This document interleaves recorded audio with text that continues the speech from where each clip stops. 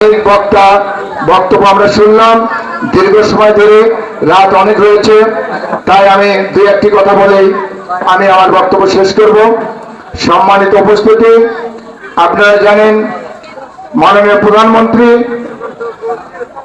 আমাদের আপনাদের প্রিয় নেতা জনাব তারেক রহমান যে উদ্যোগ নিয়েছেন এই দেশটিকে এগিয়ে নিয়ে যাওয়ার জন্য এবং এই দেশ থেকে শিক্ষার মান উন্নয়নের জন্য, সমাজকে সুন্দরভাবে পরিচালিত করার জন্য, মানুষের সামাজিকতা নিরাপত্তার জন্য এবং উন্নয়নের জন্য মাদক, সন্ত্রাস, জুয়া এবং চাঁদাবাদের বিরুদ্ধে কঠোর অবস্থান নিয়েছেন। শুধু অবস্থানই না, আইন তৈরি করে আইনের মাধ্যমে ব্যবস্থা নিয়েছেন। তাই আমাদের সবার, আমরা যেহেতু বিএনপির কর্মী হিসেবে আমাদের সকলের দায়িত্ব আমাদের মাননীয় প্রধানমন্ত্রীর উদ্যোগকে আমরা সার্বিকভাবে সহযোগিতা করব। তাই আমরা এই মাদক, সন্ত্রাস, জুয়াকে না বলবো এবং যেখানে মাদক, যেখানে জুয়া, যেখানে চাঁদাবাজি, সেখানে আমাদের নামজামিন বিএনপি থেকে প্রতিহতের ডাক দেব এবং প্রতিবাদ জানাবো। পরিশেষে আমি বলতে চাই, আগামী দিনে স্থানীয় সরকার নির্বাচনে আপনারা জানেন, আপনারা প্রায় সকলেই বিএনপি পন্থী, বিএনপির ভালোবাসার পাগল। আপনারা বিএনপিকে ভোট দেন, বিএনপিকে ভালোবাসেন। তাই আমি মনে করি আগামী নামজামিন পরিষদ নির্বাচনে বিএনপি থেকে বিএনপির সমর্থন, বিএনপির মনোনয়ন আমাদের এই টেবিলের মধ্যে থেকে যাকেই দেবেন, যাকে মনোনীত করবেন, আপনারা তার প্রতি ভোট দেবেন এবং আমিও ব্যক্তিগতভাবে যাকে মনোনীত করবে তাকে আমি আমার সর্বোচ্চ শক্তি দিয়ে তার পিছনে কাজ করব এবং আগামী দিনে নামজামিন পরিষদ নির্বাচনের আমি এই দলের পক্ষ থেকে যাতে চেয়ারম্যান হিসেবে আমরা দেখতে পারি এবং চেয়ারম্যান হিসেবে আমরা নির্বাচিত করতে পারি, এই আশাবাদ ব্যক্ত রেখেছি। পরিশেষে যেহেতু আপনাদের একটি সমস্যার কথা সামান্য সময় না বললে নয়, যেহেতু একজন বক্তা আমাকে নির্দেশ করে বলেছেন আপনাদের যে বড় সমস্যা গ্রামের এই যে জলমহল যে একটা দিঘি রয়েছে, সে বিষয়ে আপনারা নিশ্চয়ই জানেন। জলমহলের নির্দিষ্ট একটা সরকারিভাবে নীতিমালা রয়েছে। প্রথম থেকে এই জলমহলগুলি যখন এমনিতেই ছিল তখন বিভিন্নভাবে সবাই পরিত্যক্ত অবস্থায় জনস্বার্থে ব্যবহার হচ্ছিল।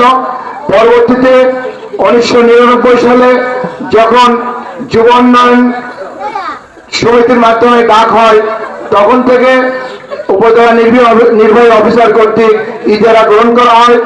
আমি অনেকে হয়তো মনে আছেন, ব্যক্তিগতভাবে সেই সময়ে এই পুকুরটি সবাই মিলে যাতে একত্রে খাইতে পারে সেই হিসেবে আমি মনে হয় পরপর দুইবার আমি নিজেই সহযোগিতা করছি এবং এখানে আমাদের আলাদ বাদশা ভাই রয়েছেন, ওনাকে সার্বিক সহায়তা করেছি এবং আমার মনে হয় কোনো স্বার্থ ছাড়াই সহায়তা করেছি।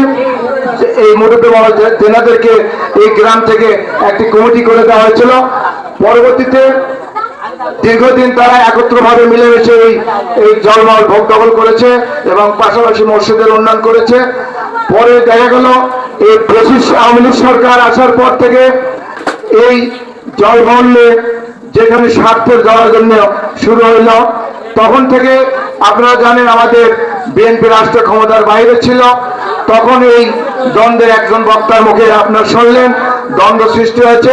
পাশাপাশি কিছু স্বার্থন্বেষী লোক অবশ্যই থাকে, তারা হয়তো যেভাবে পেরেছেন তাদের মতো করে এই জিনিসটা ব্যবহার করেছে।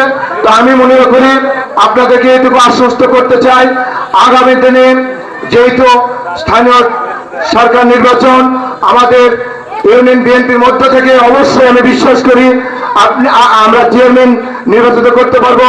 আমি আজকে যেহেতু ইউনিয়ন বিএনপির সভাপতি, সাধারণ সম্পাদক সহ আমাদের থানা বিএনপি, থানা যুবদলের সিনিয়র যুগ্ম আহ্বায়ক রয়েছেন, আমাদের প্যানেল চেয়ারম্যান রয়েছেন, আমরা সকলে রয়েছি।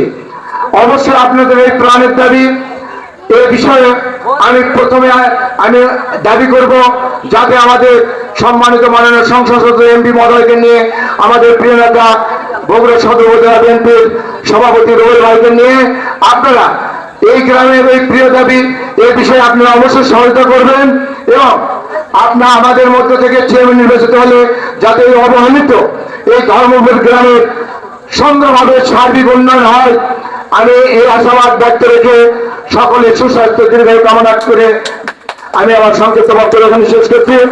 শহীদ জিয়া অমর হোক বেগম